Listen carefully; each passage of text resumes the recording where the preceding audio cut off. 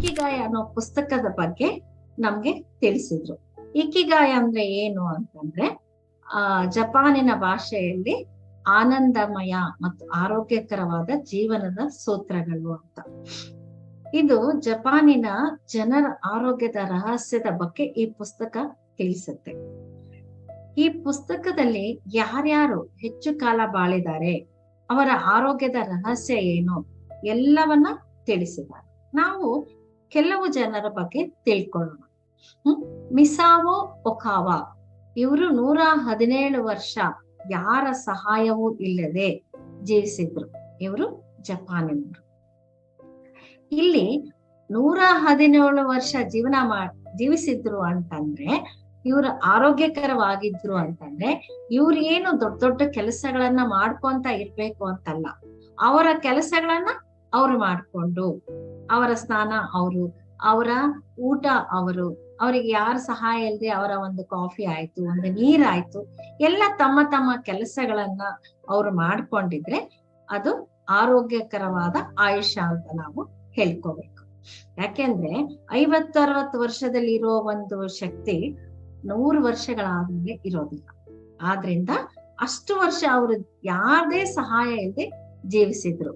ಇವರ ಆಯುಷ್ಯದ ಗುಟ್ಟು ಏನು ಅಂತಂದ್ರೆ ಅವ್ರು ಹೇಳ್ತಾರೆ, ತಿನ್ನೋದು, ನಿದ್ದೆ ಮಾಡೋದು. ಅಂದ್ರೆ ತಿನ್ನೋದು ಏನು, ಆರೋಗ್ಯಕರವಾಗಿ ಏನ್ ತಿನ್ಬೇಕು. ನಿದ್ದೆ ಮಾಡೋದು ಅಂತಂದ್ರೆ ಯಾವ ರೀತಿ ನಾವು ವಿಶ್ರಾಂತಿಯನ್ನ ಪಡಿಬೇಕು ಅನ್ನೋದನ್ನ ಕಲ್ತ್ಕೊಳ್ಳಿ ಅಂತ ಆಕೆ ಹೇಳಿದ್ರು. ಇಲ್ಲಿ ನಾವು ಇನ್ನೂ ಒಂದು ವಿಷಯವನ್ನ ಅರ್ಥ ಮಾಡ್ಕೋಬೇಕು. ಎಷ್ಟೋ ಜನಕ್ಕೆ ಮಲ್ಕೊಂಡಾಗ ನಿದ್ದೆ ಬರಲ್ಲ, ಏನೇನೋ ಚಿಂತೆಗಳಿರುತ್ತೆ.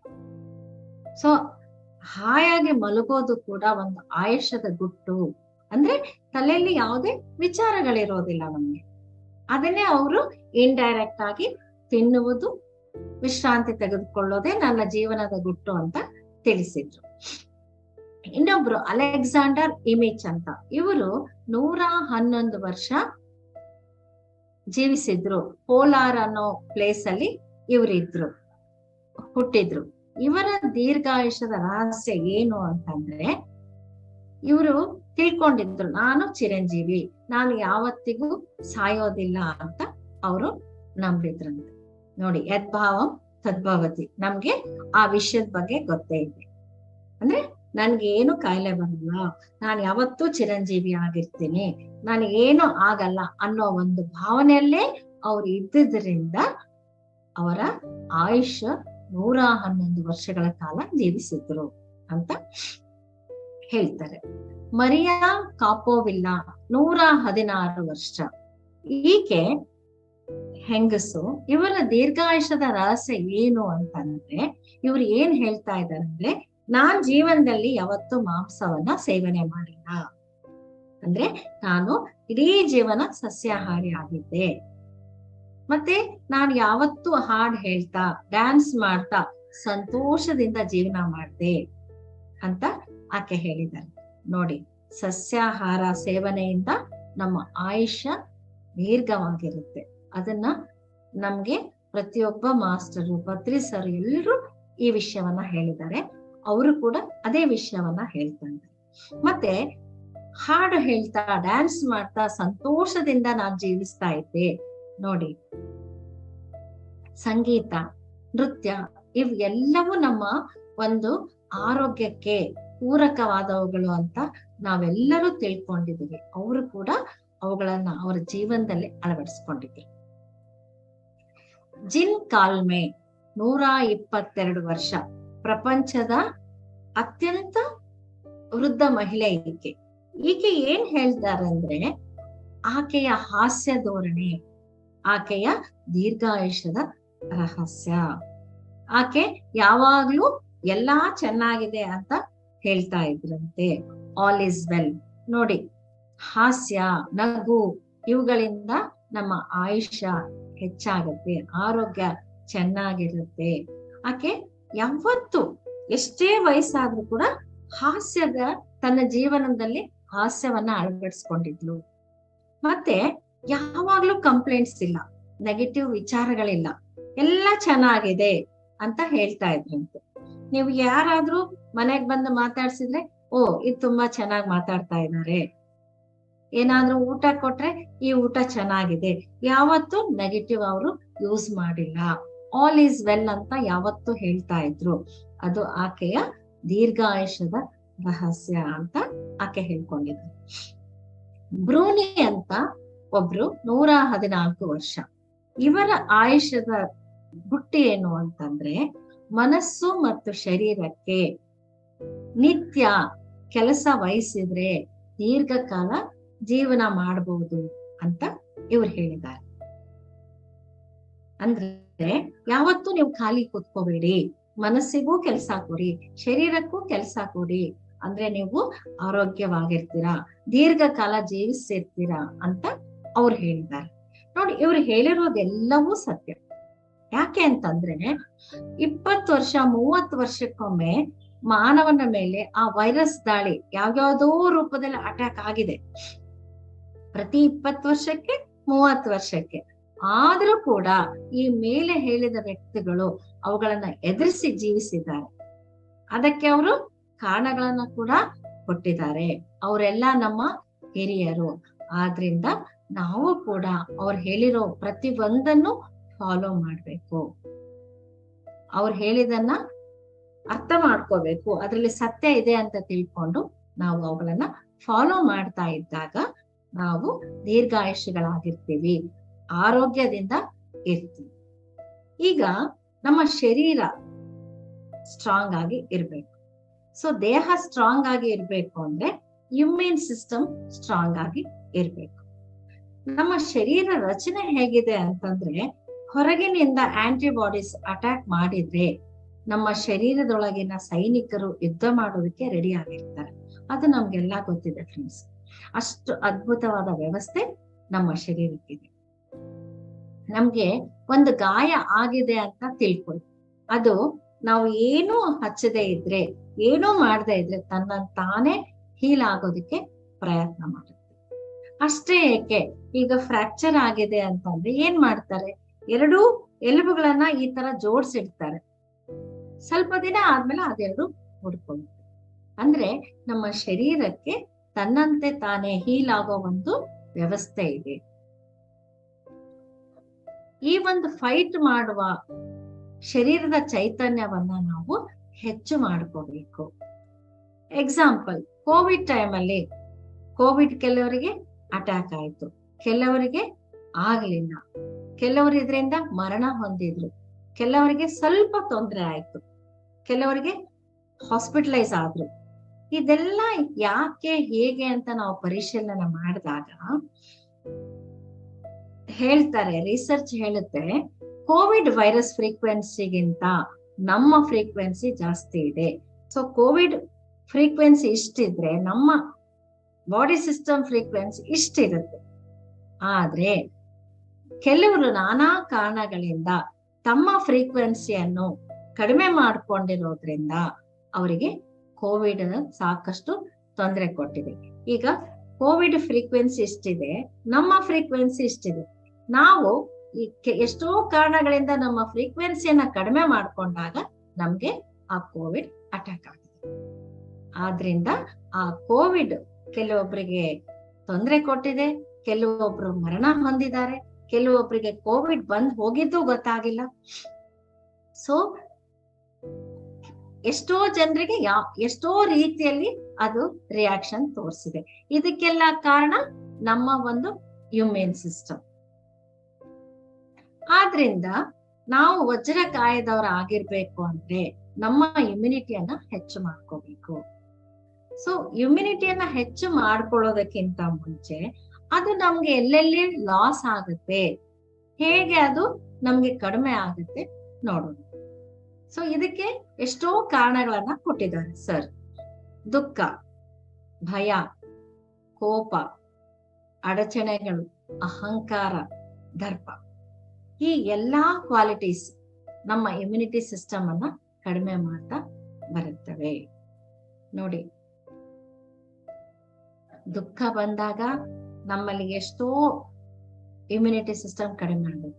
ಭಯ ಇದ್ದಾಗ, ಕೋಪ ನಿಮಗೆ ಗೊತ್ತೇ ಇದೆ, ಕೋಪದಿಂದ ನಮ್ಮಲ್ಲಿ ಸಾಕಷ್ಟು ದೇಹದ ಎಲ್ಲಾ ರಚನೆ ತುಂಬಾನೇ ಡಿಸ್ಟರ್ಬ್ ಆಗುತ್ತೆ. ಎಷ್ಟೋ ಕಣಗಳು ಸುಟ್ಟು ಹೋಗ್ತವೆ ಅಹಂಕಾರದಿಂದ, ದರ್ಪದಿಂದ.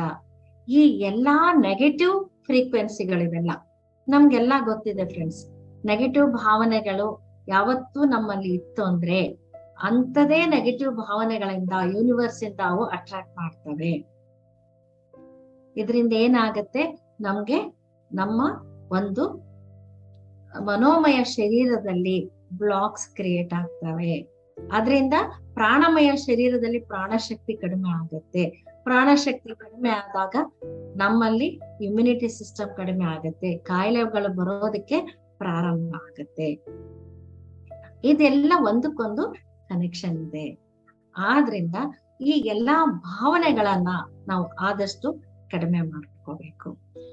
ನಾವು ಧ್ಯಾನ ಮಾಡ್ತಾ ಇರ್ತೀವಿ, ಓಕೆ, ಧ್ಯಾನದಿಂದ ಆರೋಗ್ಯ ಸಿಗುತ್ತೆ ಅಂತ ಎಲ್ಲಾ ಮಾಸ್ಟರ್ಸ್ ಹೇಳ್ತಾರೆ, ಎಷ್ಟೋ ಜನರಿಗೆ ಅದ ಅನುಭವ ಆಗಿರುತ್ತೆ. ಆದ್ರೆ ಧ್ಯಾನದ ಜೊತೆಗೆ ನಾವು ಆ ಧ್ಯಾನದ ಎನರ್ಜಿ ಎಲ್ಲೆಲ್ಲಿ ಸೋರ್ ಹೋಗುತ್ತೆ, ಅದನ್ನ ಹೇಗೆ ನಾವು ಸ್ಟಾಪ್ ಮಾಡ್ಬೇಕು, ಅದನ್ನ ತಿಳ್ಕೊಳ್ಳೋದು ಬಹಳ ಮುಖ್ಯ. ಸೊ ಈ ದುಃಖ, ಭಯ, ಕೋಪ, ಅಹಂಕಾರ, ದರ್ಪ, ಬೇಜಾರು, ಅಸೂಯೆ, ಈ ಎಲ್ಲಾ ಗುಣಗಳನ್ನ ನಾವು ನಮ್ಮ ಮನೋಮಯ ಶರೀರದಿಂದ ಹೊರಗಡೆ ಕಳಿಸಿದಾಗ ನಮ್ಮ ಫ್ರೀಕ್ವೆನ್ಸಿ ಲೆವೆಲ್ ಹೆಚ್ಚಾಗುತ್ತೆ, ನಮ್ಮ ಇಮ್ಯುನಿಟಿ ಸಿಸ್ಟಮ್ ಹೆಚ್ಚಾಗುತ್ತೆ. ಓಕೆ, ಈಗ ನಮ್ಮ ಫ್ರೀಕ್ವೆನ್ಸಿ ಕಡಿಮೆ ಆಗ್ಬಾರ್ದು, ಹೆಚ್ಚಾಗ್ಬೇಕು ಅಂತಂದ್ರೆ ಯಾವ ಯಾವ ಗುಣಗಳನ್ನ ನಾವು ಅಳವಡಿಸ್ಕೋಬೇಕು ಅಂತ ನೋಡೋಣ. ಸೊ ದಯೆ, ಕೃತಜ್ಞತೆ, ಸಹಾನುಭೂತಿ, ಅನ್ಕಂಡೀಷನಲ್ ಲವ್, ಈ ಎಲ್ಲಾ ಗುಣಗಳನ್ನ ನಾವು ನಮ್ಮ ಜೀವನದಲ್ಲಿ ಅಳವಡಿಸ್ಕೋಬೇಕು. ಕೃತಜ್ಞತೆಗೆ ಹೈಯೆಸ್ಟ್ ಇಮ್ಯೂನ್ ಸಿಸ್ಟಮ್ ಡೆವಲಪ್ ಆಗತ್ತೆ ಅಂತ ಹೇಳ್ತಾರೆ. ನೋಡಿ, ನಾವು ಕೂಡ ಸಾಕಷ್ಟು ಗ್ರಾಟಿಟ್ಯೂಡ್ ಬಗ್ಗೆ ಕೇಳಿದೀವಿ, ಹೇಳ್ಕೊಳ್ತಾ ಇದ್ದೀವಿ. ಗ್ರಾಟಿಟ್ಯೂಡ್ ವರ್ಕ್ಶಾಪ್ಸ್ ಮಾಡಿದ್ದಾರೆ, ಅದರಲ್ಲಿ ಸಾಕಷ್ಟು ಮ್ಯಾಜಿಕ್ ಇದೆ ಅಂತ ಹೇಳ್ತಾ ಇದ್ದಾರೆ. ನಮ್ಗೆಲ್ಲ ಅದು ಗೊತ್ತಿದೆ. ಕೃತಜ್ಞತೆ ಅಂದ್ರೆ ಬಾಯಿ ತುದಿಯಲ್ಲಿ ಸುಮ್ನೆ ಥ್ಯಾಂಕ್ ಯು ಅಂತ ಹೇಳೋದಲ್ಲ. ಈಗ ಕೆಲವೊಬ್ರು ಅಭ್ಯಾಸ ಮಾಡ್ಕೊಂಡ್ಬಿಟ್ಟಿರ್ತಾರೆ, ಪ್ರತಿಯೊಂದಕ್ಕೂ thank you thank you thank you ಅಂತ ಹೇಳ್ತಾರೆ. ಸೊ ಕೃತಜ್ಞತೆ ಅಂದ್ರೆ ಅದಲ್ಲ ಫ್ರೆಂಡ್ಸ್, ಹೃದಯದಿಂದ ಬರ್ಬೇಕು, ಆನಂದ ಬಾಷ್ಪ ಸುರಿಸ್ತಾ ನಾವು ಥ್ಯಾಂಕ್ ಯು ಅಂತ ಹೇಳ್ಬೇಕು. ಬೆಳಿಗ್ಗೆ ಎದ್ದ ತಕ್ಷಣ ನಾವು ಜೀವಂತವಾಗಿದ್ದೀವಪ್ಪ, ಓ ಭಗವಂತ ನಾವು ಉಸಿರಾಡ್ತಾ ಇದ್ದೀವಿ, ಭಗವಂತ ಥ್ಯಾಂಕ್ ಯು ಅಂತ ನಾವು ಹೃದಯ ತುಂಬಿ ಹೇಳ್ಬೇಕು. ನಾವ್ ಎಷ್ಟು ಜನ ಆ ರೀತಿ ಮಾಡ್ತೀವಿ? ಎದ್ದ ತಕ್ಷಣ ಏನ್ ಕೆಲಸ ಮಾಡ್ಬೇಕು ಅಂತ ಯೋಚನೆ ಮಾಡ್ತೀವಿ. ಕೆಳಗಡೆ ಹೋದ ತಕ್ಷಣ, ರೂಮಿಂದ ಹೊರಗೆ ಹೋದ ತಕ್ಷಣ ನಮ್ ಕೆಲ್ಸ ಏನಿದೆ, ಏನೇನ್ ಮಾಡ್ಬೇಕು ಅಂತ ನಮ್ ತಲೆಯಲ್ಲಿ ಓಡುತ್ತೆ. ಇಲ್ಲ ಫ್ರೆಂಡ್ಸ್, ನಾವು ಎದ್ದ ತಕ್ಷಣ ಇವತ್ ನಾನು ಜೀವಂತವಾಗಿದ್ದೀನಿ, ನಾನು ಉಸಿರಾಡ್ತಾ ಇದ್ದೀನಿ, ಭಗವಂತ ನಿನಗೆ ಥ್ಯಾಂಕ್ಸ್. ಯಾಕೆಂದ್ರೆ ಮಲ್ಕೊಂಡು ಬೆಳಗ್ಗೆ ಏಳೋಷ್ಟ್ರಲ್ಲಿ ಎಷ್ಟೋ ಜನ ಉಸಿರು ಬಿಟ್ಬಿಟ್ಟಿರ್ತಾರೆ, ನಾವ್ ಅದನ್ನೆಲ್ಲ ಕೇಳ್ತಾ ಇದ್ದೀವಿ. ಸೊ ಎದ್ದ ತಕ್ಷಣ ಆ ಯೂನಿವರ್ಸಿಗೆ ಥ್ಯಾಂಕ್ಸ್ ಹೇಳ್ಬೇಕು ನಾವು. ಆಮೇಲೆ ರಾತ್ರಿ ಸುಖವಾದ ನಿದ್ದೆ ಆಯ್ತು, ಥ್ಯಾಂಕ್ ಯು ಗಾಡ್. ಬೇಕಾದಷ್ಟಿದೆ ನಮ್ಗೆ ಥ್ಯಾಂಕ್ಸ್ ಹೇಳೋದಕ್ಕೆ. ಅದು ಕೂಡ ಪ್ರೀತಿಯಿಂದ ಹೃದಯ ತುಂಬಿ ಥ್ಯಾಂಕ್ಸ್ ಹೇಳೋದಕ್ಕೆ ಸಾಕಷ್ಟು ವಿಷಯಗಳಿದ್ದಾವೆ. ಮತ್ತೆ ನಮ್ಮ ಈ ಒಂದು ದೇಹದಲ್ಲಿ ಎಲ್ಲಾ ದೇಹದ ಅವಯವಗಳು ನಮ್ಗೋಸ್ಕರ 24x7 ಕೆಲಸ ಮಾಡ್ತಾ ಇದೆ. ಆ ಎಲ್ಲಾ ಪಾರ್ಟ್ಸ್ಗೆ ಬೆಳಗ್ಗೆ ಆಯ್ತು ಇಲ್ಲ ರಾತ್ರಿ ಆಯ್ತು, ನಾವು ಯಾವತ್ತಾದ್ರೂ ಥ್ಯಾಂಕ್ಸ್ ಹೇಳ್ತೀವ? ನಮ್ಗೆ ಅವುಗಳ ಕಡೆ ಲಕ್ಷ್ಯನೇ ಇರೋದಿಲ್ಲ, ಅವುಗಳ ಪಾಡಿಗೆ ಅವು ಕೆಲಸ ಮಾಡ್ತಾ ಇರ್ತವೆ. ಈಗ ನಾನು ಒಂದು ಕ್ಲಾಸ್ ಮಾಡ್ಬೇಕು ಅಂತಂದ್ರೆ ನನ್ನ ಕೈ ಕೆಲಸ ಮಾಡ್ಬೇಕು, ನನ್ನ ಕಣ್ಣು ಕೆಲಸ ಮಾಡ್ಬೇಕು, ನನ್ನ ಬಾಯಿ ಕೆಲಸ ಮಾಡ್ಬೇಕು, ನನ್ನ ಮನಸ್ಸು ಅದಕ್ಕೆ ಸಹಕಾರ ಕೊಡ್ಬೇಕು, ನನ್ನ ಆತ್ಮದಿಂದ ಏನ್ ಹೇಳ್ಬೇಕು ಅನ್ನೋ ವಿಷಯ ಬರ್ಬೇಕು. ಎಲ್ಲ ಒಂದಕ್ಕೊಂದು ಕೆಲಸ ಮಾಡ್ತಾ ಇದ್ರೆ ಮಾತ್ರ ನಾನು ಇಲ್ಲಿ ಕುತ್ಕೊಂಡು ಕ್ಲಾಸ್ ಮಾಡಕ್ಕಾಗತ್ತೆ. ಇದೇ ರೀತಿ ಪ್ರತಿಯೊಂದು ಕೆಲಸನು ಮಾಡ್ಬೇಕು ಅಂತಂದ್ರೆ ನಮ್ಮ ದೇಹದಲ್ಲಿರೋ ಎಲ್ಲಾ ಅವಯವಗಳು 24x7 ಕೆಲಸ ಮಾಡ್ತಾ ಇವೆ ಫ್ರೆಂಡ್ಸ್. ಅದೆಲ್ಲ ನಮ್ಮ ಅವಯವಗಳನ್ನ, ನಮ್ಮಲ್ಲಿ ನೆಲೆಸಿರೋ ದೇವತೆಗಳವರು, ಅವರಿಗೆ ನಾವು ಅನುಕ್ಷಣ ಥ್ಯಾಂಕ್ಸ್ ಹೇಳಿದಾಗ ಅವು ಎಷ್ಟು ಸಂತೋಷ ಪಟ್ಟು ನಮ್ಮ ಇಮ್ಯೂನ್ ಸಿಸ್ಟಮ್ ಪೂರ್ತಿ ಜಾಸ್ತಿ ಆಗೋದು. ಅವರು ನಮ್ಗೋಸ್ಕರ ಯುದ್ಧ ಮಾಡೋದಕ್ಕೆ ಪೂರ್ತಿಯಾಗಿ ರೆಡಿ ಆಗಿರ್ತಾರೆ. ಓ, ಇವ್ರು ನನ್ ಮಾಲಕರಿಗೆ ನನ್ ಮೇಲೆ ತುಂಬಾ ಅಭಿಮಾನ ಇದೆ, ಇವ್ರು ಯಾವತ್ತೂ ನನ್ಗ್ ಥ್ಯಾಂಕ್ಸ್ ಹೇಳ್ತಾ ಇರ್ತಾರೆ, ನಾನ್ ಇವ್ರ ಸಲುವಾಗಿ ಫೈಟ್ ಮಾಡ್ಬೇಕಪ್ಪ ಅಂತ ಆ ದೇವತೆಗಳಿಗೆ ಭಾವನೆ ಬರುತ್ತೆ. ನಿಮ್ಗೆ ಒಂದು ರಿಯಲ್ ಎಕ್ಸಾಂಪಲ್ ಕೊಡ್ತೀನಿ ಮಾಸ್ಟರ್ಸ್. ಒಬ್ರಿಗೆ ಬ್ರೆಸ್ಟ್ ಕ್ಯಾನ್ಸರ್ ಆಗಿತ್ತು. ಕ್ಯಾನ್ಸರ್ ಆದಾಗ ಅವ್ರಿಗೆ ಯಾಕೆ ಬಂದಿದೆ ಅಂತ ಕೆಲವೊಂದು ಮಾಸ್ಟರ್ಸ್ ಎಲ್ಲ ಕುತ್ಕೊಂಡು ಪ್ರಶ್ನೆ ಹಾಕಿದಾಗ ಬಂದ ಉತ್ತರದಿಂದ ನಮಗ್ ತುಂಬಾ ಶಾಕ್ ಆಯ್ತು. ಸೊ ಆ ಬ್ರೆಸ್ಟ್ ಅವ್ರಿಗೆ ಮಾತಾಡಿದೆ, ಅವ್ರ ಹತ್ರ ಹೇಳಿದೆ ಅವರಿಗೆ, ನೀವು ಒಂದು ದಿನ ಆದ್ರೂ ನಾನು ಇದೀನಿ ಅಂತ ನೀವು ಫೀಲ್ ಆಗಿದ್ದೀರಾ, ನನ್ಗೆ ಥ್ಯಾಂಕ್ಸ್ ಹೇಳಿದೀರಾ, ನಿಮ್ಮ ಮಗುಗೆ ನಾನು ಹೊಟ್ಟೆಗೆ ಆಹಾರ ಕೊಡ್ತಾ ಇದ್ದೆ, ನಿಮ್ಮ ಒಂದು ಸೌಂದರ್ಯಕ್ಕೆ ನಾನು ಕಾರಣ, ಸೊ ಅಂತ ನನಗೆ ನೀವು ಯಾವಾಗ ಥ್ಯಾಂಕ್ಸ್ ಹೇಳಿದೀರಾ? ಸೊ ನಾವು ಥ್ಯಾಂಕ್ಸ್ ಹೇಳ್ದೆ ಇದ್ರೆ ನಾನು ಇದ್ದೂ ಪ್ರಯೋಜನ ಇಲ್ಲ ಅಂತ ಆ ದೇಹದಲ್ಲಿರೋ ದೇವತೆಗಳಿಗೆ, ದೇವರುಗಳಿಗೆ ಅನ್ಸುತ್ತೆ. ಅದಕ್ಕೆ ಅವರು ಹೊರಗಡೆ ಹೋಗ್ಬೇಕು ಅಂತ ವಿಚಾರ ಮಾಡ್ತಾರೆ. ಅದೇ ರೀತಿ ನೋಡಿ, ನಮ್ಮ ಗರ್ಭಕೋಶನೂ ಅಷ್ಟೆ.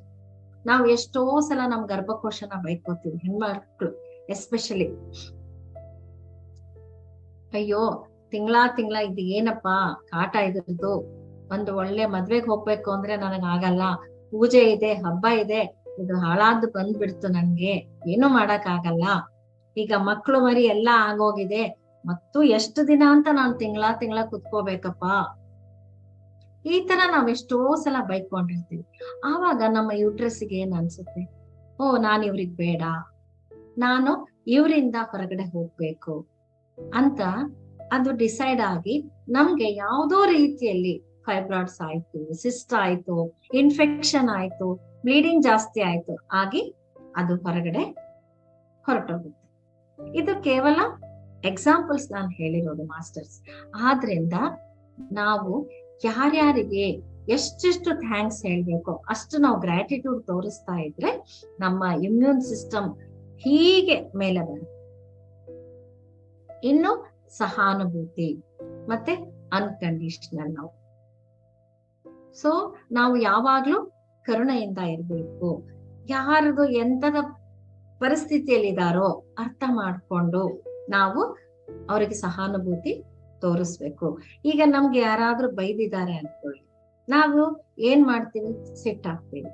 ಇಲ್ಲ ಫ್ರೆಂಡ್ಸ್, ಅಯ್ಯೋ ಪಾಪ, ಅವ್ರು ಯಾವ್ದೋ ಒಂದ್ ಮೂಡಲ್ಲಿ ಇದ್ದಾರೆ, ಯಾವ್ದೋ ಒಂದ್ ಪರಿಸ್ಥಿತಿಯಲ್ಲಿದ್ದಾರೆ, ಅವ್ರಿರೋ ಪರಿಸ್ಥಿತಿಗೆ ನನ್ಗೆ ಆ ತರ ಮಾತಾಡಿದ್ದಾರೆ, ಇಲ್ಲ ಚಿಕ್ಕ ವಯಸ್ಸಿಂದ ಆ ವಾತಾವರಣದಲ್ಲಿ ಅವ್ರು ಬೆಳೆದಿದ್ದಾರೆ, ಅದಕ್ಕೆ ಆ ರೀತಿ ಮಾತಾಡಿದ್ದಾರೆ, ಪಾಪ ಹೋಗ್ಲಿ ಅಂತ ನಾವು ಒಂದು ಕರುಣೆಯನ್ನ ತೋರಿಸ್ಬೇಕು. ಅವರಿಗೆ ಪ್ರೀತಿಯನ್ನ ನಾವು ಕೊಡ್ಬೇಕು. ಪ್ರೀತಿಗೆ ಸಾಕಷ್ಟು ಶಕ್ತಿ ಇದೆ ಮಾಸ್ಟರ್ಸ್. ಆ ಪ್ರೀತಿ ಅನ್ನೋದು ಎಲ್ಲವನ್ನು ಸರಿ ಮಾಡುತ್ತೆ. ಸೊ ಹೀಗೆ ದಯೆ, ಕರುಣೆ, ಸಹಾನುಭೂತಿ, ಕೃತಜ್ಞತೆ, ಪ್ರೀತಿ, ಈ ಎಲ್ಲಾ ಗುಣಗಳನ್ನ ಸಂಪೂರ್ಣವಾಗಿ ಬೆಳೆಸ್ಕೊಂಡಿದ್ದೆ ಆದ್ರೆ ಯಾವ ವೈರಸ್ಸು ನಿಮ್ ಹತ್ರ ಬರಲ್ಲ, ನಿಮ್ಮನ್ನ ಅಟ್ಯಾಕ್ ಮಾಡೋದಕ್ಕೆ ಸಾಧ್ಯ ಇಲ್ಲ. ದುಃಖ, ಕೋಪ, ಅಹಂಕಾರ, ಅಧಿಕಾರ, ಅಸೂಯೆ ಇವುಗಳನ್ನ ಬಿಟ್ಟು ದಯೆ, ಕೃತಜ್ಞತೆ, ಸಹಾನುಭೂತಿ, ಅನ್ಕಂಡೀಷನಲ್ ಲವ್, ಈ ಗುಣಗಳನ್ನ ನಾವು ಬೆಳೆಸ್ಕೊಂಡ್ರೆ ನಮ್ಮ ಇಮ್ಯೂನ್ ಸಿಸ್ಟಮ್ ಸ್ಟ್ರಾಂಗ್ ಆಗಿರುತ್ತೆ. ಸೊ ಈ ಸಿಸ್ಟಮ್ಗೆ, ಈ ಇಮ್ಯೂನ್ ಸಿಸ್ಟಮ್ಗೆ ನಮ್ಮ ಚಕ್ರಗಳಿಗೆ ಕನೆಕ್ಷನ್ ಇದೆ ಅಂತ ಹೇಳಿದ್ದಾರೆ ಸರ್, ಹೇಳಿದ್ದಾರೆ. ನೋಡೋಣ ಅದು ಯಾವ ರೀತಿ ನಮ್ಗೆ ಆ ಇಮ್ಯೂನ್ ಸಿಸ್ಟಮ್ಗೆ, ನಮ್ಮ ಚಕ್ರಗಳಿಗೆ ಕನೆಕ್ಷನ್ ಇದೆ ನೋಡೋಣ. ಮೊದಲು ಮೂಲಾಧಾರ ಚಕ್ರ. ಸೊ ಒಂದೊಂದೇ ಚಕ್ರವನ್ನ ನಾವು ತಿಳ್ಕೊಳ್ತಾ ಹೋಗೋಣ. ಅದು ಆಕ್ಟಿವ್ ಆಗಿ ಇದೆಯಾ ಇಲ್ವಾ ತಿಳಿದುಕೊಳ್ಳೋ ಲಕ್ಷಣಗಳು ಇಲ್ಲ ಅಂದ್ರೆ ಆಕ್ಟಿವ್ ಆಗಿರೋದಕ್ಕೆ ಏನ್ ಮಾಡ್ಬೇಕು ಅದನ್ನೆಲ್ಲ ನಾವು ತಿಳ್ಕೊಳ್ತಾ ಹೋಗೋಣ. ಸೊ ಮೂಲಾಧಾರ ಚಕ್ರ ಆಕ್ಟಿವ್ ನಲ್ಲಿ ಇದೆಯಾ ಇಲ್ವಾ ಅಂತ ತಿಳ್ಕೋಬೇಕು ಅಂತಂದ್ರೆ ನೀವು ಜವಾಬ್ದಾರಿಯುತವಾದ ಕೆಲಸದಲ್ಲಿ ಇದ್ದೀರಾ ಇಲ್ವಾ ನೋಡ್ಕೊಳ್ಳಿ. ನೀವು ಜವಾಬ್ದಾರಿಯಿಂದ ಇದ್ದೀರಾ ಅಂತಂದ್ರೆ ಸಾಕು, ನಿಮ್ಮ ಮೂಲಾಧಾರ ಚಕ್ರ ಸರಿಯಾಗಿ ಕೆಲಸ ಮಾಡ್ತಾ ಇದೆ ಅಂತ ಅರ್ಥ ಮಾಡ್ಕೊಳ್ಳಿ. ಕೆಲವ್ರು ಇರ್ತಾರೆ, ತಿಂತಾರೆ, ಮಲ್ಕೊಂತಾರೆ, ಅವರಿಗೆ ಯಾವುದೇ ಜವಾಬ್ದಾರಿ ಬೇಡ. ಏನ್ ಜವಾಬ್ದಾರಿ ಕೊಟ್ರು ಅವ್ರು ತಗೊಳಕ್ಕೆ ರೆಡಿ ಇರಲಿಲ್ಲ. ಸೊ ನೀವಿಲ್ಲಿ ಜವಾಬ್ದಾರಿಯಿಂದ ಇದ್ದೀರಾ ಅಂತಂದ್ರೆ ನಿಮ್ಮ ಫಸ್ಟ್ ಲೆವೆಲ್ ಇಮ್ಯೂನ್ ಸಿಸ್ಟಮ್ ಸರಿಯಾಗಿದೆ ಅಂತ ಅರ್ಥ. ಸೊ ಇಲ್ಲಿ ಜವಾಬ್ದಾರಿ ಇರೋ ವ್ಯಕ್ತಿಗಳು, ಜವಾಬ್ದಾರಿ ಇಲ್ಲದಿರೋ ವ್ಯಕ್ತಿಗಳ ಎಕ್ಸಾಂಪಲ್ ನಿಮ್ಗೆ ಕೊಡ್ಬೇಕು ಅಂತಂದ್ರೆ ಮಹಾಭಾರತದ ಎಕ್ಸಾಂಪಲ್ ಅನ್ನೇ ಸರ್ ಕೊಟ್ಟಿದ್ದಾನೆ.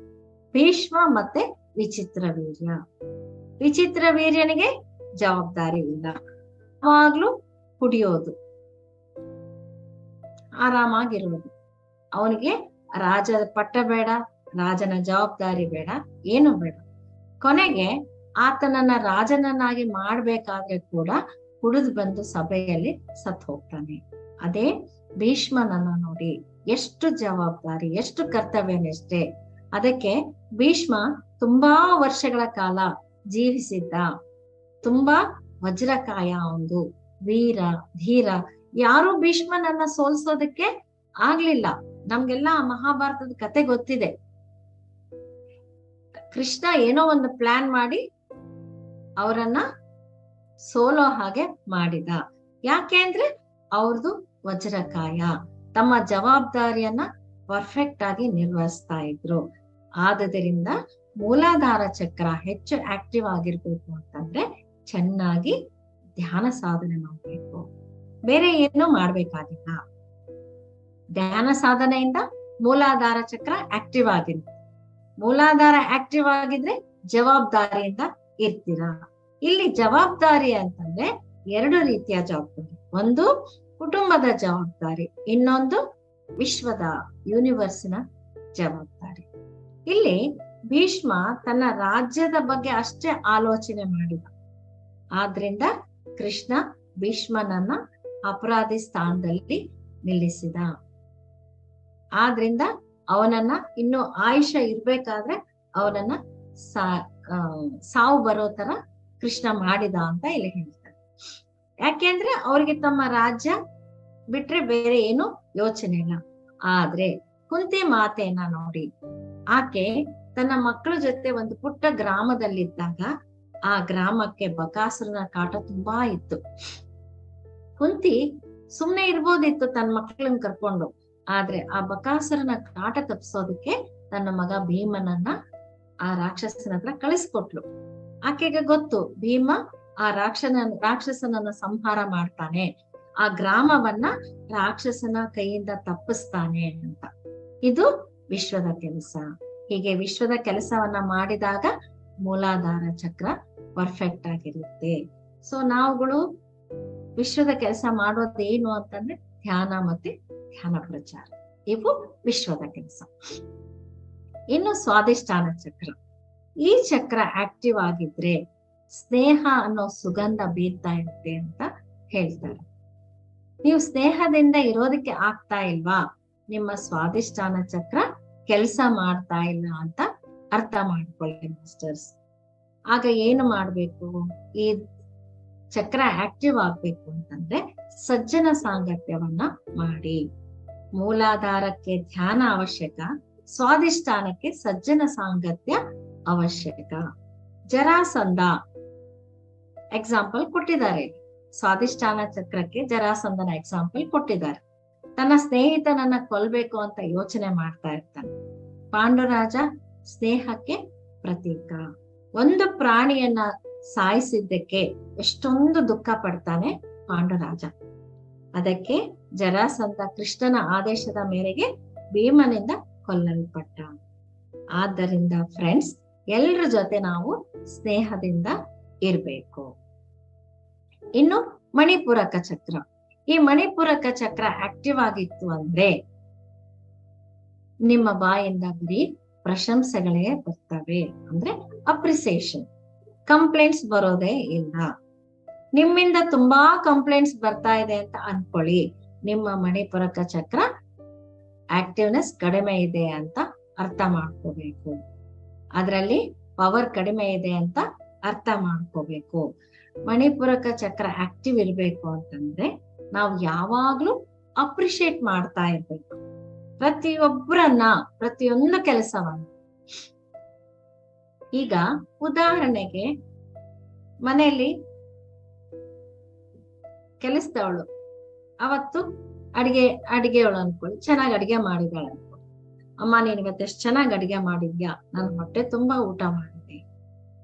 ಯಾರಾದ್ರೂ ಹಾಡು ಹೇಳಿದ್ರೆ ಎಷ್ಟ್ ಚೆನ್ನಾಗಿ ಹಾಡು ಹೇಳ್ತಾ ಇದ್ದಾರೆ, ಅವ್ರು ಎಷ್ಟು ಚೆನ್ನಾಗಿ ಮಾತಾಡ್ತಾ ಇದ್ದಾರೆ, ಅವ್ರು ಎಷ್ಟು ಚೆನ್ನಾಗಿ ಕ್ಲಾಸಸ್ ಮಾಡ್ತಾ ಇದ್ದಾರೆ ಅಂತ ನಾವು ಪ್ರತಿ ಒಂದನ್ನು ಅವರಲ್ಲಿರೋ ಒಂದು ಗುಣನ ಅಪ್ರಿಶಿಯೇಟ್ ಮಾಡೋದನ್ನ ನಾವು ಹ್ಯಾಬಿಟ್ ಮಾಡ್ಕೋಬೇಕು ಅಂತ ಮಾಸ್ಟರ್ಸ್ ಹೇಳ್ತಾರೆ. ಸೊ ಈ ಪ್ರಶಂಸೆ ನಾವು ಮಾಡ್ತಾ ಇಲ್ಲ ಅಂತ ನಮ್ಗೆ ಅನ್ಸಿದ್ರೆ ನಮ್ಮನ್ನ ನಾವು ಸೆಲ್ಫ್ ಚೆಕ್ ಮಾಡ್ಕೋಬೇಕು. ಪ್ರಶಂಸೆ ಮಾಡೋದನ್ನ ಅಭ್ಯಾಸ ಮಾಡ್ಕೋಬೇಕು ಫ್ರೆಂಡ್ಸ್. ಈ ಚಕ್ರಗಳೆಲ್ಲ ಯೂನಿವರ್ಸ್ಗೆ ಕನೆಕ್ಟ್ ಆಗಿರುತ್ತೆ. ನಿಮ್ಮಿಂದ ಜವಾಬ್ದಾರಿ ಎನ್ನುವ ಸುಗಂಧ, ಸ್ನೇಹ ಎನ್ನುವ ಸುಗಂಧ, ಅಭಿನಂದನೆ ಎನ್ನುವ ಸುಗಂಧ ಬರ್ತಾ ಇದ್ರೆ ಯೂನಿವರ್ಸ್ ನಿಮ್ಗೆ ಕನೆಕ್ಟ್ ಆಗ್ಬಿಡುತ್ತೆ. ಆಗ ನಿಮ್ಮ ಚೈತನ್ಯ ವಿಶ್ವ ವ್ಯಾಪಿಯಾಗಿ ಹೋಗುತ್ತೆ. ನಮ್ಮಲ್ಲಿರೋ ಪವರ್ಸ್ಗೆ ಯೂನಿವರ್ಸ್ ಲಿಂಕ್ ಆ ಚಕ್ರಗಳು. ಆದ್ರಿಂದ ಎಲ್ಲಾ ಚಕ್ರಗಳನ್ನ, ನಮ್ಮ ಸ್ವಭಾವಗಳನ್ನ ಆಗಾಗ ಚೆಕ್ ಮಾಡ್ಕೊಳ್ತಾ ಇರ್ಬೇಕು. ಈಗ ದುರ್ಯೋಧನನ ವಜ್ರಕಾಯ ಯಾವ ರೀತಿ ಆಯ್ತು ಫ್ರೆಂಡ್ಸ್? ನಮಗೆ ಗೊತ್ತಿದೆ, ಅವನಿಗೆ ಎಷ್ಟೊಂದು ಶಕ್ತಿ ಇತ್ತು. ಆದ್ರೆ ಅವನು ಯೂನಿವರ್ಸಲ್ ಫೋರ್ಸ್ಗೆ ಕನೆಕ್ಟ್ ಮಾಡ್ಕೊಳ್ಳಿಲ್ಲ, ಯೂನಿವರ್ಸ್ಗೆ ಅವನು ಒಳ್ಳೇದು ಮಾಡ್ಲಿಲ್ಲ. ಆದ್ರಿಂದ ಕೃಷ್ಣ ಏನ್ ಮಾಡಿದ, ದುರ್ಯೋಧನನನ್ನ ಸಾಯಿಸೋದಕ್ಕೆ ಪ್ಲಾನ್ ಮಾಡಿದ. ಯಾಕೆಂದ್ರೆ ದುರ್ಯೋಧನನಲ್ಲಿ ಮಣಿಪುರಕ ಆಕ್ಟಿವ್ ಆಗಿರ್ಲಿಲ್ಲ, ಅವನು ಯಾರನ್ನು ಪ್ರಶಂಸೆ ಮಾಡ್ತಾ ಇರ್ಲಿಲ್ಲ. ಆದ್ರಿಂದ ಕೊನೆಗೆ ಏನಾಯ್ತು, ಭೀಮನ ಕೈಯಲ್ಲಿ ಅವನು ಸಾವನ್ನ ಅಪ್ಪಿದ. ಅವನು ಯಾರನ್ನು ಹೊಗಳ್ತಾ ಇರ್ಲಿಲ್ಲ, ಯಾರ ಬಗ್ಗೆನೂ ಕಂಪ್ಲೇಂಟೇ ಹೇಳ್ತಾ ಇದ್ದ. ಸೊ ಅವನ ಮಣಿಪುರಕ ಚಕ್ರ ಆಕ್ಟಿವ್ ಇರಲಿಲ್ಲ. ಮತ್ತೆ ಅವನಲ್ಲಿ ಎಷ್ಟೇ ಪವರ್ಸ್ ಇದ್ರು ಕೂಡ ಅವನು ಕೆಟ್ಟದಕ್ಕೆ ಆ ಪವರ್ಗಳನ್ನ ಯೂಸ್ ಮಾಡ್ಕೊಂಡ. ಸೊ ಇಲ್ಲಿ ಕೃಷ್ಣ ಅಂತಂದ್ರೆ ಒಂದು ಡಿವೈನ್, ದುರ್ಯೋಧನ ಅಂದ್ರೆ ಒಬ್ಬ ರಾಕ್ಷಸ. ಒಂದು ಡಿವೈನ್ ಇಂದ ರಾಕ್ಷಸ ಗುಣ ಹತ ಆಗ್ಲೇಬೇಕು. ಸೊ ಇನ್ನು ನೆಕ್ಸ್ಟ್ ಅನಾಹತ ಚಕ್ರ. ಅನಾಹತ ಚಕ್ರ ಶಾಂತಿ ಅನ್ನೋ ಸುಗಂಧವನ್ನ ಬೀರುತ್ತೆ. ಯಾರು ಶಾಂತ ಚಿತ್ತವಾಗಿರ್ತಾರೋ ಅವರ ಅನಾಹತ ಚಕ್ರ ಪರ್ಫೆಕ್ಟ್ ಆಗಿದೆ ಅಂತ ಅರ್ಥ.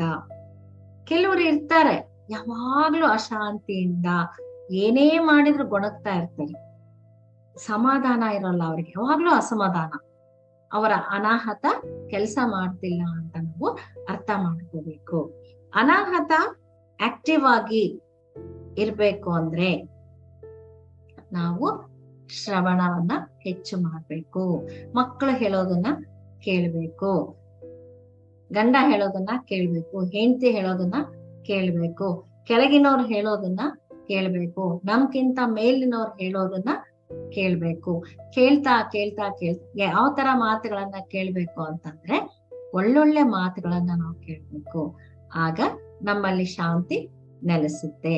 ಸೊ ಕೇಳದೇ ಇರೋದಕ್ಕೆ ಎಕ್ಸಾಂಪಲ್ ಇಲ್ಲಿ ಅವ್ರು ಯಾರನ್ನ ಕೊಟ್ಟಿದ್ದಾರೆ ಅಂದ್ರೆ ಧೃತರಾಷ್ಟ್ರ. ಕೇಳುವುದಕ್ಕೆ ಎಕ್ಸಾಂಪಲ್ ಧರ್ಮರಾಯ. ರಾಜ್ಯ ಹೋಯ್ತು, 13 ವರ್ಷ ವನವಾಸ ಅನುಭವಿಸಿದ್ರು, ಆದ್ರೂ ಕೂಡ ಧರ್ಮರಾಜ ಶಾಂತವಾಗಿದ್ದ. ಆದ್ರೆ ಧೃತರಾಷ್ಟ್ರನಿಗೆ ಅಧಿಕಾರ ಇದೆ, ಸಂಪತ್ತು ಇದೆ, ತಾನೇ ರಾಜ, ಎಲ್ಲವೂ ತನ್ನ ಹತ್ರ ಇದೆ, ಆದ್ರೂ ಕೂಡ ಮನಃಶಾಂತಿ ಇಲ್ಲ.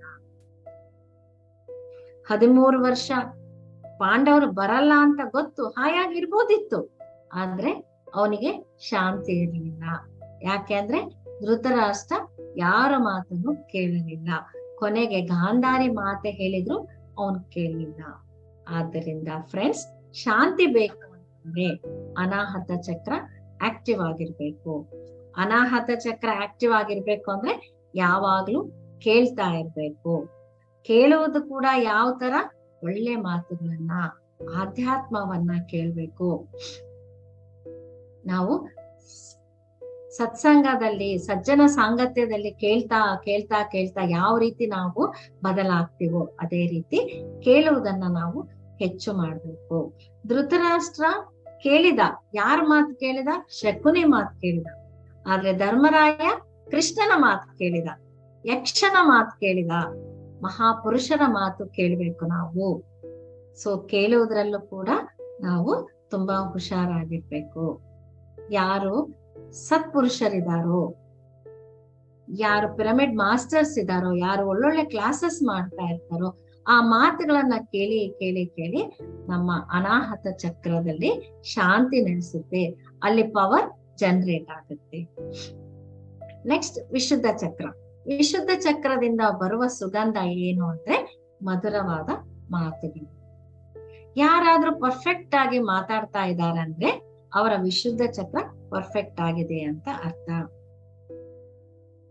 ವಿಶುದ್ಧ ಚಕ್ರ ಆಧ್ಯಾತ್ಮಿಕ ವ್ಯಕ್ತಿಗಳಿಗೆ, ಪಿರಮಿಡ್ ಮಾಸ್ಟರ್ಸ್ಗೆ ಬಹಳ ಬಹಳ ಇಂಪಾರ್ಟೆಂಟ್.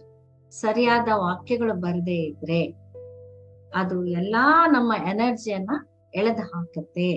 ನಮ್ಮ ಪತ್ರಿಜಿಯವ್ರು ಯಾವಾಗ್ಲೂ ಯಾರಾದ್ರೂ ಚೆನ್ನಾಗಿ ಮಾತಾಡ್ತಾ ಇದ್ದಾರೆ ಅಂದ್ರೆ ಅವ್ರನ್ನ ಪ್ರೀತಿಯಿಂದ ನೋಡ್ತಾ ಇರ್ತಾರೆ. ಯಾರಾದ್ರೂ ಸರಿಯಾಗಿ ಮಾತನಾಡದಿದ್ರೆ ಬೈದ್ ಬಿಡ್ತಾರೆ. ಮೊದಲಾದ್ರೆ ಅವ್ರಿಗೆ ಹೊಡಿತಿದ್ರು ಸರ್. ಅಂದ್ರೆ ನಿಮ್ಮ ಮಾತು ಪರ್ಫೆಕ್ಟ್ ಆಗಿರ್ಬೇಕು ಅಂತ ಸರ್ಗೆ ಗೊತ್ತು. ಒಳ್ಳೆ ಮಾತುಗಳು ಬರ್ಬೇಕು ಅಂತಂದ್ರೆ ಯಾವಾಗಲೂ ಪ್ರಬೋಧನೆಗಳನ್ನ ಹೇಳ್ತಾ ಇರ್ಬೇಕು, ಕ್ಲಾಸಸ್ ಮಾಡ್ತಾ ಇರ್ಬೇಕು. ನೋಡಿ, ಯಾವಾಗ್ಲೂ ನಾವು ಹೇಳ್ತಾ ಹೋಗ್ಬೇಕು, ಒಳ್ಳೇದನ್ನ ಹೇಳ್ತಾ ಹೇಳ್ತಾ ಹೇಳ್ತಾ ನಮ್ಗೆ ಅದು ಅಭ್ಯಾಸ ಆಗೋಗುತ್ತೆ. ರಾಮಾಯಣದ ಬಗ್ಗೆ ಹೇಳ್ಬೇಕು, ಮಹಾಭಾರತದ ಬಗ್ಗೆ ಹೇಳ್ಬೇಕು, ಧ್ಯಾನದ ಬಗ್ಗೆ ಹೇಳ್ಬೇಕು, ಎಲ್ಲಾ ಒಳ್ಳೊಳ್ಳೆ ಗುರುಗಳ ಬಗ್ಗೆ, ಚರಿತ್ರೆಗಳ ಬಗ್ಗೆ ನಾವು ಹೇಳ್ತಾ ಹೋಗ್ಬೇಕು, ಮಹಾಪುರುಷರ ಬಗ್ಗೆ ಹೇಳ್ತಾ ಹೋಗ್ಬೇಕು. ಯಾರು ನಮ್ಮ ಎದುರಿಗೆ ಸಿಗ್ತಾರೋ ನೀವು ಧ್ಯಾನ ಮಾಡಿ, ಧ್ಯಾನದಿಂದ ಒಳ್ಳೇದಾಗತ್ತೆ ಅಂತ ಹೇಳಿ, ನೀವು ಏನ್ ಕೇಳಿರ್ತೀರೋ ಅದನ್ನ ಹೇಳ್ತಾ ಹೋಗಿ. ಆಗ ನಿಮ್ಮ ಮಾಯಿಂದ ಮಧುರವಾದ ಮಾತುಗಳೇ ಬರೋದಕ್ಕೆ ಪ್ರಾರಂಭ ಆಗುತ್ತೆ. ಇನ್ನು ಆಜ್ಞಾಚಕ್ರ. ಆಜ್ಞಾಚಕ್ರದ ಸಂಕೇತ ಏನು ಅಂತಂದ್ರೆ ದಿವ್ಯ ಜ್ಞಾನ. ಇವರ ಹತ್ತಿರ ಹೈಯೆಸ್ಟ್ ನಾಲೆಡ್ಜ್ ಇರುತ್ತೆ. ಆಜ್ಞಾಚಕ್ರ ಆಕ್ಟಿವ್ ಆಗಿರ್ಬೇಕು ಅಂದ್ರೆ ಯಾವತ್ತು ದಿವ್ಯಾತ್ಮ ಸ್ವರೂಪದ ಜೊತೆ ಅನುಸಂಧಾನವಾಗಿರ್ಬೇಕು. ಇದಕ್ಕೆ ಏನ್ ಮಾಡ್ಬೇಕು ಅಂದ್ರೆ ಯಾವಾಗ್ಲೂ ನಾವು ಧ್ಯಾನ ಸಾಧನೆಯಲ್ಲಿರ್ಬೇಕು. ಇದಕ್ಕೆ ಬೆಸ್ಟ್ ಎಕ್ಸಾಂಪಲ್ ಅಂದ್ರೆ ಮಹಾಭಾರತದ ಸಂಜಯ. ಇವರು ಮಹಾಭಾರತದ ಯುದ್ಧವನ್ನ ತಮ್ಮ ದಿವ್ಯ ನೇತ್ರದಿಂದ ವೀಕ್ಷಿಸಿ ಧೃತರಾಷ್ಟ್ರನಿಗೆ ಹೇಳ್ತಾ ಇದ್ರು. ಅಂದ್ರೆ ನಾವು ಯಾವಾಗ್ಲೂ ಆ ದಿವ್ಯಾತ್ಮದ ಜೊತೆ ಅನುಸಂಧಾನವಾಗಿದ್ರೆ ನಮ್ಮ ಆಜ್ಞಾಚಕ್ರ ಓಪನ್ ಆಗತ್ತೆ, ಆಕ್ಟಿವ್ ಆಗತ್ತೆ. ನಮ್ಗೆ ಆ ಒಂದ್ ಥರ್ಡ್ ಡೇ ವಿಷನ್ಸ್ ಎಲ್ಲ ಕಾಣಿಸ್ತಾ ಹೋಗುತ್ತೆ. ಇನ್ನು ಸಹಸ್ರಾರ ಚಕ್ರ, ಅದು ಚಕ್ರ ಅಲ್ಲ, ಅದು ಸ್ಥಿತಿ. ಸಹಸ್ರಾರ ಸ್ಥಿತಿಯಲ್ಲಿರುವವರ ಬಗ್ಗೆ ಹೇಳಬೇಕಾದ ಮಾತೇ ಇಲ್ಲ. ನಮ್ಮ ಪತ್ರಿಜಿಯವರು ಇದಕ್ಕೆ ಬೆಸ್ಟ್ ಎಕ್ಸಾಂಪಲ್. ಸೊ 6 ಚಕ್ರಗಳಿಂದ 6 ರೀತಿಯ ಸುಗಂಧಗಳ ಬಿಡುಗಡೆಯಾಗಿ ಯೂನಿವರ್ಸ್ಗೆ ಕನೆಕ್ಟ್ ಆಗುತ್ತೆ. ಆಗ ಯೂನಿವರ್ಸ್ ನಿಂದ ಬರುವ ಎನರ್ಜಿ, ನಮ್ಮ ಬಾಡಿಯಿಂದ ಬರ್ತಾ ಇರೋ ಪವರ್ ಎರಡು ಕನೆಕ್ಟ್ ಆಗಿ ನಮ್ಮ ಶರೀರ ಏನಾಗುತ್ತೆ? ವಜ್ರಕಾಯ ಆಗುತ್ತೆ. ಧ್ಯಾನ ಸಾಧನೆ ಮಾಡಿದರೆ ಮೂಲಾಧಾರ ಚಕ್ರ ಆಕ್ಟಿವೇಟ್ ಆಗುತ್ತೆ. ಆದ್ದರಿಂದ ನಮ್ಮಲ್ಲಿ ಜವಾಬ್ದಾರಿ ಎನ್ನುವ ಸುಗಂಧ ಬರುತ್ತೆ. ಧ್ಯಾನ ಹೇಳುವುದು ನನ್ನ ಜವಾಬ್ದಾರಿ, ಶಾಕಾಹಾರದ ಬಗ್ಗೆ ಹೇಳುವುದು ಯೂನಿವರ್ಸ್ ಜವಾಬ್ದಾರಿ. ಅದಕ್ಕೆ ನೋಡಿ ಮಾಸ್ಟರ್ಸ್, ಧ್ಯಾನ ಕಲಿತ ತಕ್ಷಣ ಇನ್ನೊಬ್ರಿಗೆ ಹೇಳ್ಕೊಡ್ಬೇಕು ಅಂತ ನಾವು ಅನ್ಕೊಳ್ತೀವಿ. ನಮ್ಗೆ ಅನ್ಸೋಕ್ ಶುರು ಆಗತ್ತೆ. ಯಾಕೆಂದ್ರೆ ನಮ್ಮ ಮೂಲಾಧಾರ ಚಕ್ರ ಆಕ್ಟಿವ್ ಆಗ್ಬಿಡ್ತು ಧ್ಯಾನ ಮಾಡೋದ್ರಿಂದ. ಸ್ವಾಧಿಷ್ಠಾನ ಚಕ್ರಕ್ಕೆ ಸಜ್ಜನ ಸಾಂಗತ್ಯ ಬೇಕು. ಇದರಿಂದ ನಿಮ್ಮಲ್ಲಿ ಸ್ನೇಹ ಅನ್ನುವ ಸುಗಂಧ ವಿಕಾಸವಾಗುತ್ತೆ. ಮಣಿಪುರ ಚಕ್ರಕ್ಕೆ ಸ್ವಾಧ್ಯಾಯ ಅಂದ್ರೆ ಸೆಲ್ಫ್ ಚೆಕಿಂಗ್ ಬೇಕು. ಅದರಿಂದ ನಿಮ್ಮಲ್ಲಿರೋ ಅಭಿನಂದನೆ ಅನ್ನುವ ಸುಗಂಧ ವಿಕಾಸ ಆಗುತ್ತೆ. ಅನಾಹತ ಚಕ್ರ ಆಕ್ಟಿವೇಟ್ ಆಗ್ಬೇಕು ಅಂತಂದ್ರೆ ಎಲ್ಲವನ್ನು ನಾವು ಶ್ರವಣ ಮಾಡ್ಬೇಕು. ಆಗ ನಮ್ಮಲ್ಲಿ ಶಾಂತಿ ಅನ್ನುವ ಸುಗಂಧ ವಿಕಾಸವಾಗುತ್ತೆ. ವಿಶುದ್ಧ ಚಕ್ರ ಆಕ್ಟಿವ್ ಆಗ್ಬೇಕು ಅಂದ್ರೆ ಯಾವಾಗ್ಲೂ ಒಳ್ಳೆ ಒಳ್ಳೆ ವಿಷಯಗಳನ್ನ ಹೇಳ್ತಾ ಇರ್ಬೇಕು. ಆಗ ನಿಮ್ಮ ಬಾಯಿಂದ ಮಧುರವಾದ ವಾಕ್ಯಗಳು ಬರುತ್ತವೆ. ಆಜ್ಞಾ ಚಕ್ರವನ್ನ ಆಕ್ಟಿವ್ ಮಾಡ್ಕೋಬೇಕು ಅಂತಂದ್ರೆ ಯಾವಾಗ್ಲೂ ದಿವ್ಯಾತ್ಮರ ಜೊತೆಗೆ ಅನುಸಂಧಾನವಾಗಿರ್ಬೇಕು. ಅವರು ನಿಮ್ಗೆ ಸಂದೇಶಗಳನ್ನ ಕೊಡ್ತಾ ಇರ್ತಾರೆ. ಅದಕ್ಕೆ ಏನ್ ಮಾಡ್ಬೇಕು ಅಂದ್ರೆ ನಿರಂತರ ಧ್ಯಾನ ಸಾಧನೆ. ಸೊ ಫ್ರೆಂಡ್ಸ್, ನಮ್ಮ ಇಮ್ಯುನಿಟಿಯನ್ನ ಬೆಳೆಸ್ಕೊಳ್ಳಲು ನಮ್ಮಲ್ಲಿ ಯಾವ ಕ್ವಾಲಿಟೀಸ್ ಇರ್ಬೇಕು ನಾವು ಡಿಸ್ಕಸ್ ಮಾಡಿದೀವಿ. ಆ ಬಂದಂತಹ ಎನರ್ಜಿಯನ್ನ ನಮ್ಮ ಚಕ್ರಗಳಲ್ಲಿ ಹೇಗೆ ಸೆಟ್ರೇಟ್ ಮಾಡ್ಕೋಬೇಕು ಅದನ್ನ ತಿಳ್ಕೊಂಡ್ವಿ. ಮೂಲಾಧಾರ ಆಕ್ಟಿವ್ ಆಗಿರ್ಬೇಕು ಅಂದ್ರೆ ಹೆಚ್ಚು ಧ್ಯಾನ ಸಾಧನೆ, ಸ್ವಾಧಿಷ್ಠಾನ ಆಕ್ಟಿವ್ ಆಗಿರ್ಬೇಕು ಅಂದ್ರೆ ಸಜ್ಜನ ಸಾಂಗತ್ಯ, ಮಣಿಪುರ ಚಕ್ರ ಆಕ್ಟಿವ್ ಆಗಿರ್ಬೇಕು ಅಂದ್ರೆ ಸ್ವಾಧ್ಯಾಯ, ಸೆಲ್ಫ್ ಚೆಕಿಂಗ್ ಮಾಡ್ಕೋಬೇಕು, ಅಭಿನಂದನೆ ಅನ್ನುವ ಸುಗಂಧ ವಿಕಾಸ ಆಗತ್ತೆ. ಅನಾಹತ ಚಕ್ರ ಆಕ್ಟಿವ್ ಆಗಿರ್ಬೇಕು ಅಂದ್ರೆ ಯಾವಾಗ್ಲೂ ಶ್ರವಣವನ್ನ ಮಾಡ್ಬೇಕು, ಶಾಂತಿ ಎನ್ನುವ ಸುಗಂಧ ವಿಕಾಸ ಆಗುತ್ತೆ. ವಿಶುದ್ಧ ಚಕ್ರ ಆಕ್ಟಿವ್ ಆಗಿರ್ಬೇಕಂದ್ರೆ ಯಾವಾಗ್ಲೂ ಒಳ್ಳೆಯದನ್ನೇ ಹೇಳ್ತಾ ಹೋಗ್ಬೇಕು. ಆಗ ಮಧುರವಾದ ವಾಕ್ಯಗಳು ನಮ್ಮ ಬಾಯಿಂದ ಬರುತ್ತೆ. ಆಜ್ಞಾ ಚಕ್ರಕ್ಕೆ ನಿರಂತರ ಧ್ಯಾನ ಸಾಧನೆ, ದಿವ್ಯಾತ್ಮರ ಜೊತೆ ಅನುಸಂಧಾನ, ಅದರಿಂದ ದಿವ್ಯ ಜ್ಞಾನ ಪ್ರಾಪ್ತಿ ಆಗುತ್ತೆ. ಸೊ ಈಗ ಮೇಲಿನಿಂದ ಬರೋಣ ಮಾಸ್ಟರ್ಸ್. ನಾವು ದಿವ್ಯಾತ್ಮರ ಜೊತೆ ಅನುಸಂಧಾನವಾಗಿದ್ರೆ ಮಧುರವಾದ ವಾಕ್ಯಗಳು ನಮ್ಮ ಬಾಯಿಂದ ಬರುತ್ತೆ. ಪರಿಣಾಮ ನಾವು ಶಾಂತಿಯಿಂದ ಜೀವನ ಮಾಡಬಹುದು. ತದ್ವಾರ ಎಲ್ಲರನ್ನ ಅಭಿನಂದಿಸೋದಕ್ಕೆ ಪ್ರಾರಂಭ ಮಾಡ್ತೀವಿ. ತದ್ವಾರ ಎಲ್ಲರೊಡನೆ ಸ್ನೇಹದಿಂದ ಇರೋದಕ್ಕೆ ಪ್ರಾರಂಭ ಮಾಡ್ತೀವಿ. ಮತ್ತೆ ಅದರ ಜೊತೆಗೆ ಜವಾಬ್ದಾರಿಯುತವಾದ ಕಾರ್ಯಗಳನ್ನ ಮಾಡೋದಕ್ಕೆ ಪ್ರಾರಂಭ ಮಾಡ್ತೀವಿ. ಇದು ಫೋರ್ಸ್ ವರ್ಸಸ್ ಚಕ್ರಾಸ್. ಹೀಗೆ ಇದ್ದಾಗ ನಮ್ಮ ಶರೀರ ಏನಾಗುತ್ತೆ? ವಜ್ರಕಾಯ ಆಗುತ್ತೆ. ನೋಡಿ ಮಾಸ್ಟರ್ಸ್, ವಜ್ರಕಾಯ ಯಾವ ರೀತಿ ಆಗ್ಬೇಕು ಅನ್ನೋದನ್ನ ಎಷ್ಟು ನೀಟಾಗಿ ವಂಶಿ ಸರ್ ಎಕ್ಸ್ಪ್ಲೇನ್ ಮಾಡಿದ್ದಾರೆ. ಇದನ್ನ ಕೇಳಿದಾಗ ನನಗೆ ತುಂಬಾ ಇಷ್ಟ ಆಯ್ತು. ನಾವು ಧ್ಯಾನ ಸಾಧನೆ ಮಾಡ್ತೀವಿ, ಧ್ಯಾನದಿಂದ ಆರೋಗ್ಯ ಸಿಗುತ್ತೆ, ನಾವೆಲ್ಲ ಕೇಳಿದೀವಿ. ಆದ್ರೆ ಯಾವ ಗುಣಗಳಿಂದ ನಾವು ಆ ಎನರ್ಜಿಯನ್ನ ಕಳ್ಕೊಂತೀವಿ, ಯಾವ ಗುಣಗಳನ್ನ ಬೆಳೆಸ್ಕೊಂಡಾಗ ನಮ್ಮ ಇಮ್ಯೂನ್ ಸಿಸ್ಟಮ್ ಹೆಚ್ಚಾಗುತ್ತೆ, ನಮ್ಮ ಚಕ್ರಗಳು ಸರಿಯಾಗಿರ್ಬೇಕು ಅಂದ್ರೆ ಯಾವ ರೀತಿ ನಾವು ನಮ್ಮ ಸ್ವಭಾವವನ್ನ ಸರಿ ಮಾಡ್ಕೋಬೇಕು, ಎಲ್ಲವನ್ನು ನೀಟಾಗಿ ಎಕ್ಸ್ಪ್ಲೇನ್ ಮಾಡಿದ್ದಾರೆ. ಇವುಗಳನ್ನೆಲ್ಲ ನಾವು ಫಾಲೋ ಮಾಡಿ ನಮ್ಮ ಶರೀರವನ್ನ ವಜ್ರಕಾಯವನ್ನಾಗಿ ಮಾಡಿಕೊಳ್ಳೋಣ. ಸಾಕಷ್ಟು ನಮ್ಗೆ ಆಯುಷ್ಯ ಇರುತ್ತೆ. ಎಷ್ಟೋ ಜನ ಹಾಸಿಗೆ ಮೇಲೆ ಮಲಗಿ ಜೀವನ ಕಳೆದ್ ಬಿಡ್ತಾರೆ ಫ್ರೆಂಡ್ಸ್. ಅದು ಜೀವನ ಮಾಡೋ ರೀತಿ ಅಲ್ಲ. ನಾವು ಎಷ್ಟೇ ವರ್ಷ ಆಯುಷ್ಯ ಇರುವವರೆಗೂ ಆರೋಗ್ಯವಂತರಾಗಿರ್ಬೇಕು, ವಜ್ರಕಾಯರಾಗಿರ್ಬೇಕು ಅನ್ನೋದಕ್ಕೆ ತುಂಬಾ ಸುಂದರವಾಗಿ ನಮ್ಗೆ ತಿಳಿಸಿಕೊಟ್ಟಿದ್ದಾರೆ. ಅವರು ತಿಳಿಸಿರೋ ಈ ಜ್ಞಾನವನ್ನ ನಿಮ್ಮ ಮುಂದೆ ಹಂಚ್ಕೊಳ್ಳೋ ಪ್ರಯತ್ನವನ್ನ ನಾನು ಮಾಡಿದ್ದೀನಿ. ಸೊ ಇಲ್ಲಿ ಮಾತನಾಡೋದಕ್ಕೆ ಅವಕಾಶ ಮಾಡಿಕೊಟ್ಟ PMC ಬಾಗಲಕೋಟೆಯ ಪ್ರತಿ ಒಬ್ಬ ಸದಸ್ಯರಿಗೂ ನಾನು ಧನ್ಯವಾದಗಳನ್ನ ಹೇಳೋದಕ್ಕೆ ಇಷ್ಟಪಡ್ತೀನಿ.